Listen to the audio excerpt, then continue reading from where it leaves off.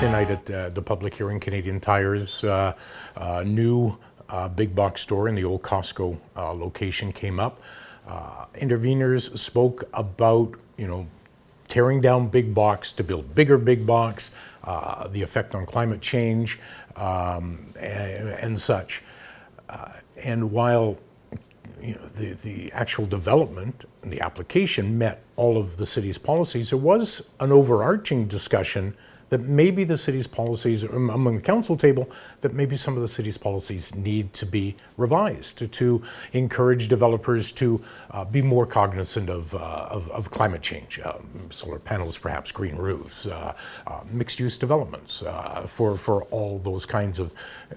Can you talk about that discussion and what that could lead to, what you think it could lead to, and what you would like to see it lead to down the road? It was a good discussion, and the individuals from the community who brought forward their concepts of what potentially could be made a lot of sense. It really did. It made a lot of sense, and over the last month or a couple of months now, a few times around the council table, it has been brought up about industrial areas. So when we're looking at what Canadian Tire is proposing as a retail area, or if we're looking at industrial areas, what is being done with the airspace above that particular development?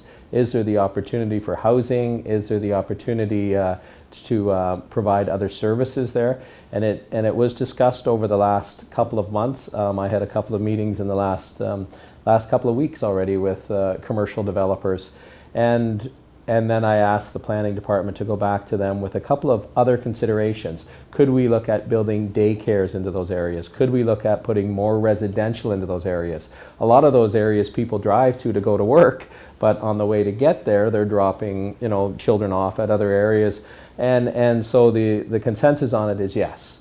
And I think that's what the discussion was around the council table, that we're playing within a specific set of guidelines from the development permit standpoint, or our bylaws, and a lot of them are very good. And when applications come in front of us and they have followed all those rules, then those individuals have basically come forward basically the rules that we have in place. So we have to appreciate that and accept that at that point in time.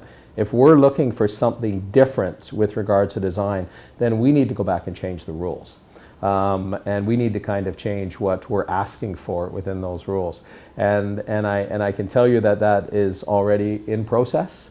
Through the official community plan, it did not outline that, but as we've always said, the official community plan is a guide for us.